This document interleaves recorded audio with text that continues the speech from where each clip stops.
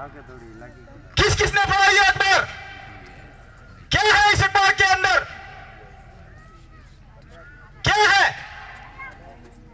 ये 5वीं अनुसूची का इलाका है। यहां जल जंगल जमीन का मालिक आदिवासी है और आदिवासी की ग्राम सभा के बिना यूटीआई तो क्या, प्रधानमंत्री भी कोई एक्शन नहीं ले सकता, कोई अधिसूचना जारी नहीं कर सकता।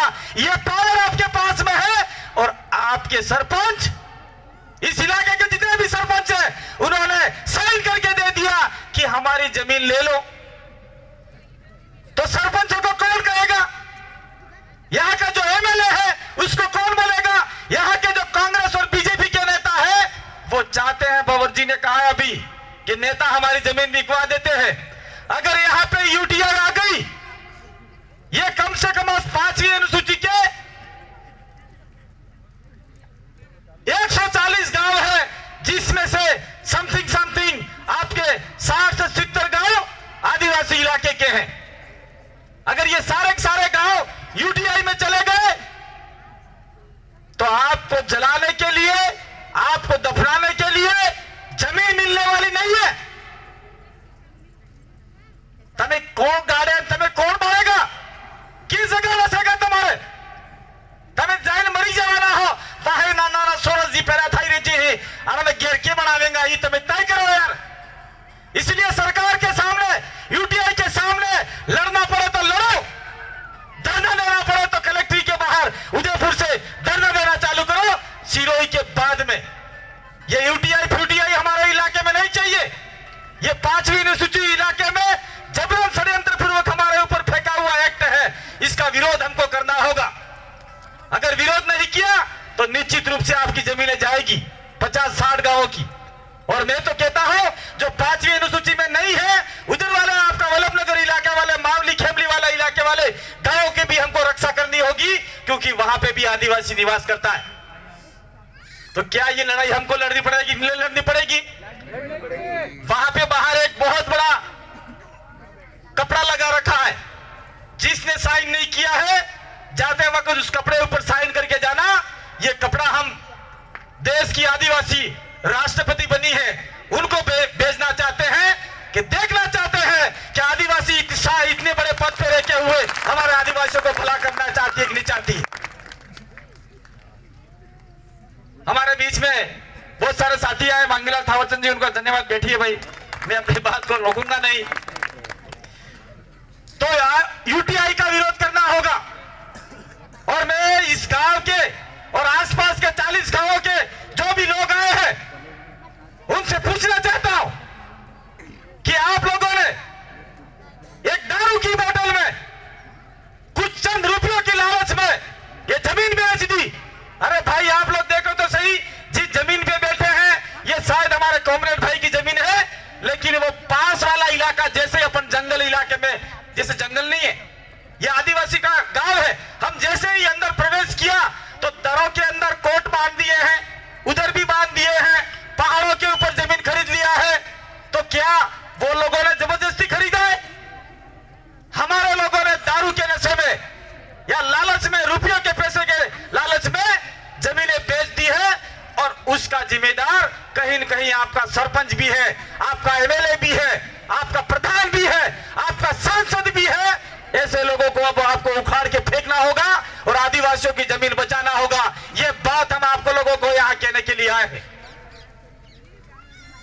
आज इस कार्यक्रम करने के लिए भी यहां पे विरोध हो रहा था, ये जमीन के लिए मना कर रहे थे कि इस इलाके में कार्यक्रम नहीं करना है। इसलिए नहीं करना है, अगर कार्यक्रम किया तो बाहर से वक्ता आएंगे और जन जागरण करेंगे, आदिवासी जाग जाएंगे तो जमीन बेचेंगे नहीं, दारू पिएंगे नहीं और अपनी जमीन की रक्षा करेंगे। इसलिए यहाँ के कुछ लोग जो हमारे ही अंदर से विभीषण है, हमारे ही अंदर से जयचंद है, हमारे जो बीच में पैदा हुए आदिवासियों के गुलाम है, वो लोग मना कर रहे थे कि कार्यक्रम नहीं करवाएंगे, हमें नहीं करवा दिया। मैं धन्यवाद देना चाहता हूं इसकी यहाँ की टीम को और अमित भाई और तमाम साथियों को कि आपने इनकी छाती पे चढ़ के ये कार्यक्रम किया। आप लोग कार्यक्रम करो, जहां भी षड्यंत्र पूर्वक आपको रोका जाएगा, मैं कहता हूं कि हम लोग आपके साथ में कंधे से कंधा मिला के काम करेंगे और जहां जन जागरण करना है करिए और बोलिए ये 5वीं अनुसूची का इलाका है, या तेरे बाप का राज नहीं है या ग्राम सभा का राज है, और हम जो परंपरागत सदियों से बात करते आए हैं वो ही चलेगी, तेरी वाली चलने वाली नहीं है। क्या ये बात हम लोगों को समझ में आएगी कि नहीं आएगी? आएगी। तो क्या कल से आप लोग जो भी जमीन बची है वो भी और बेच देने वाले हो? विसिना कोटले हमें गम पड़े के कटलाक बच्चा है, कटलाक बसावाना हमें लड़ाई हमारे साथी वहां सिरोही बैठे, सिरोही के भाई निकल नहीं रहे, उनको डराया गया है, धमकाया गया है। अभी यहाँ पे कोई साथी हमारे शायद एक वक्ता बोल रहे थे कि ये हमारे कॉमरेड साहब कि उदयपुर के आसपास पढ़ाई नहीं है, आय बढ़ोतरी नहीं है, सोच कमजोर है। ये बात सही है। हम सुबह उठते हैं, वेल लेवल उठा हमें आदमी बेरोटा मांजा ने आय बाने रोड में जाई ने गाड़ी वाही टेराई ने सीधा 60 फटा जाई ने काम करी ना आवे कड़िया काम करी ने रात्रि थोड़ा फेर पाई ने गाड़ी वाही लटकाई पासा आवी। उसी जगह बच्ची है, ये जगह विसानो काम करे और अनंत सोरे बनवानो काड़ा बढ़ावानो काम नहीं करता है। तो इससे ज्यादा तो कमजोरी हमारा प्रतापगढ़ में है, हमारा इलाका है। ये मांगीलाल जी आए हैं, वहां पे एजुकेशन नाम की चीज नहीं है, वहां पे रोड नहीं थे, वहां पे हॉस्पिटल नहीं थे, फिर भी आज प्रतापगढ़ जन जागरण के तरीके से आज पूरे आदिवासी इलाके में डूंगरपुर के बराबर नंबर फर्स्ट पे आने आ गया है। तो क्या उदयपुर तो बिल्कुल पास में है, सारे अखबार आपको मिलते हैं, सारा यहाँ पे तंत्र मीडिया सब है। आप लोग अपने बच्चों को पढ़ाने का काम करेंगे तो आपकी जमीन निश्चित रूप से बचेगी। अगर बच्चा पढ़ेगा तो संविधान की बात समझेगा, संविधान की बात समझेगा तो उसमें आदिवासियों के जो कानून लिखे हैं, जो प्रावधान लिखे हैं, वो सारे कानून इंप्लीमेंट कराने के लिए वो आपको बताएगा। तो कुछ किताबें वो वहां पे हमारे बांसवाड़ा से आए जोरावर पार की, जिनके पास में सुप्रीम कोर्ट के जजमेंट है, कुछ आदिवासियों की किताबें हैं जिसमें बहुत सारे कानून लिखे हुए हैं, वो किताबें भी आपको ले जाके घर पे पढ़नी होगी। एक दारू की बोतल आज से आपने बंद कर दी है, दारू की बजाय किताब का नशा करो। किताब में इतना नशा है जो आपको पढ़ पढ़ के पूरे समाज को जनजागरण करेगा। तो साथियों, हमारे बीच में बहुत सारे लोग आए हैं, मैं ज्यादा बात नहीं कहूंगा, लेकिन आने वाले समय में आपको एकता के साथ में पूरे भील प्रदेश के लिए काम करना है।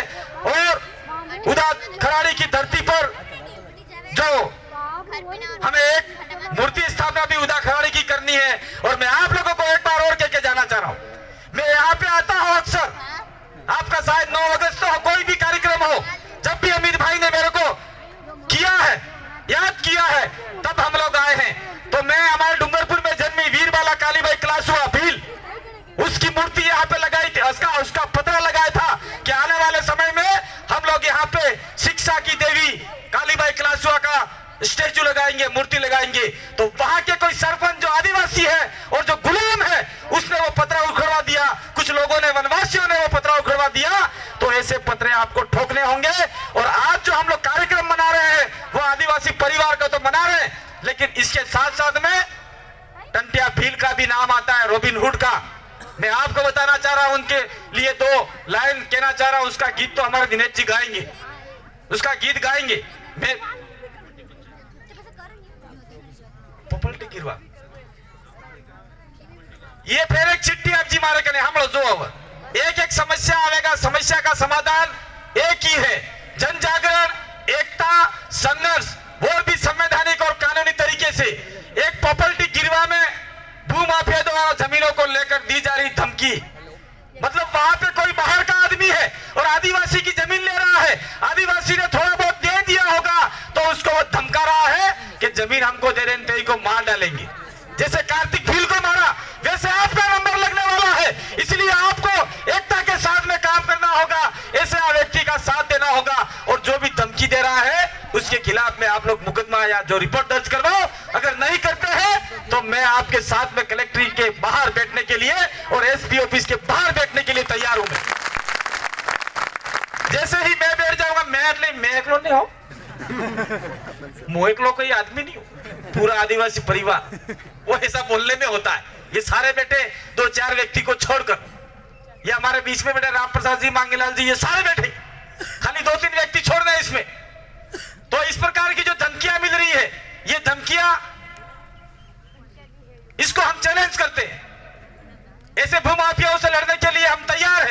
लेकिन संवैधानिक तरीके से लड़ने के लिए तैयार है। मैं बात कर रहा था टंट्या भील की, तो टंट्या भील का जन्म खंडवा के इलाके में, खंडवा खरगोन में हुआ था, और वो छोटी सी उम्र में अपने पिताजी के साथ में और इकवानो ही किया था और चलावानो हाथे हाथे रही। और वहां के जो सामंती लोग थे उन्होंने उसके पिताजी को हागड़ी रखा हुआ था हलदार हल चलाने के लिए, उनको सिर्फ पैसा वैसा देते, रोटी वोटी। उसके बाद में धीरे धीरे टंट्या भील बड़े हुए और उनके पिताजी अकस्मात मर गए। वो सेठ साहूकार ने उसको कहा, उस चोटे ने, कि टंट्या अब हमारा तुम हल चलाओ। टंट्या भील ने हल चलाया और धीरे धीरे देखा कि वो जो महाजन था वो पूरे इलाके में गरीबों के अनाज पकने के बाद में लूट लेता था कम पैसों के भाव में, और बेकार में पैसा दिए बिना मजदूरी करवाता था। तो टंट्या भील ने उसका विरोध किया, उसके बाद में उसको जेल में डलवा दिया। फिर माफी से बाहर आया, फिर उसने टुकड़ी बनाई और टुकड़ी बना के जो आदिवासियों को परेशान करते थे उनको मजा चकाने का काम टंट्या भील ने किया। धीरे धीरे उनका कारवा आगे बढ़ता गया। मध्य प्रदेश से महाराष्ट्र के इलाके में टंट्या भील का प्रभाव ज्यादा हो गया। बहुत सारे भील आदिवासी उसके साथ में कंधे से कंधा मिलाकर उसकी फौज में तैयार हो गई।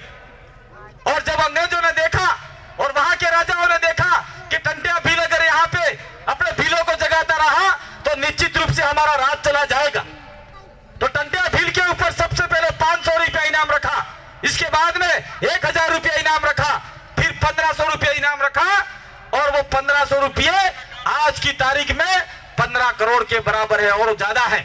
लेकिन उसी समय हमारे ही किसी आदिवासी ने वो 1500 रुपये की लालच में टंट्या भील को पकड़वा दिया और टंट्या भील को वहां मारा गया, फांसी दी, उसका कोई अता पता नहीं है। लेकिन पाताल पानी में टंट्या भील की समाधि बनी हुई है। वहां हमने अगले साल यही दिन के अंदर भील प्रदेश का झंडा वहां गाड़ के आए थे। तो उस टंट्या भील को आज हम लोग नमन करते हैं। और टंट्या भील ने जिस प्रकार से आदिवासियों को, गरीबों के लिए जो लड़ाई लड़ी, उस लड़ाई से हमें आज की तारीख में प्रेरणा लेनी होगी। टंट्या भील ने जल जंगल जमीन बचाने के लिए लड़ाई लड़ी, बिरसा मुंडा ने जल जंगल जमीन बचाने के लिए लड़ाई लड़ी। तो उसकी प्रेरणा लेते हुए आज हम ये प्रण लेते हैं, लेना होगा आपको कि आने वाले समय में आदिवासी इलाके में कोई बाहरी व्यक्ति जमीन खरीदता है तो हम लोग उसको रोकने का काम करेंगे। और जो आदमी जबरदस्ती हमारे गांव में दूसरे लोगों को बुलाकर जमीन बेचने का काम करता है उसको गांव से बाहर निकालने का काम हम लोग करेंगे। ये आज आपसे यहाँ के प्रण लेके जाना है। अगर मान लीजिए किसी गांव के व्यक्ति ने उदयपुर के अंदर किसी परियों को लाके, किसी अन्य समाज को लाके जमीन बेच दिया, तो वो बनिया आने वाले समय में एक पास वाली और लेगा, पास वाली और लेगा, धीरे धीरे पूरा गांव कब्जे में कर लेगा और वो जमीन सारी चली जाएगी। तब आपका सरपंच भी नहीं बनेगा, तब आपका वार्ड पंच भी नहीं बनेगा, और आपका आने वाले समय में यूटीआई बना के ये जो आपका इलाका ग्रामीण वाला इलाका है वो सीट भी आदिवासी के से छीनना चाहते हैं ये लोग। कौन सी? विधानसभा वाली। और धीरे धीरे आगे बढ़ाना चाहते हैं। आगे केसरिया जी आ गया, आगे खेरवाड़ा आ गया, फिर हमारा डूंगरपुर आ गया। ये पूरा इलाका जो आदिवासी इलाका है उसको खत्म करने का षड्यंत्र चल रहा है। इस षड्यंत्र को आप लोगों को समझना होगा और आने वाले समय में संघर्ष करना होगा। तो